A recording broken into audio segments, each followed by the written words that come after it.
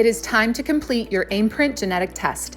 Start by removing all of the contents from the genetic test kit box.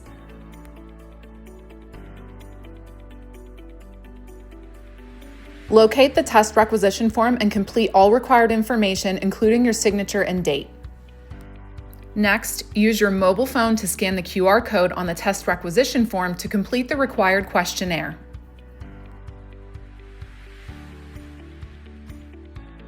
The questionnaire will ask for your test requisition number, located beneath the barcode in the upper right-hand corner of the form. Finish completing the questionnaire.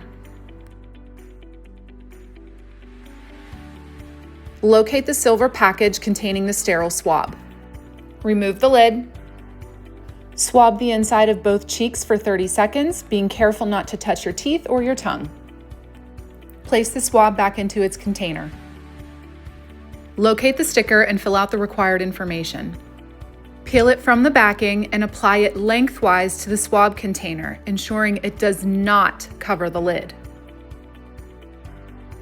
Place the labeled specimen container into the provided biohazard bag. Finally, place the completed requisition form and the specimen biohazard bag into the mailing pouch with the prepaid label.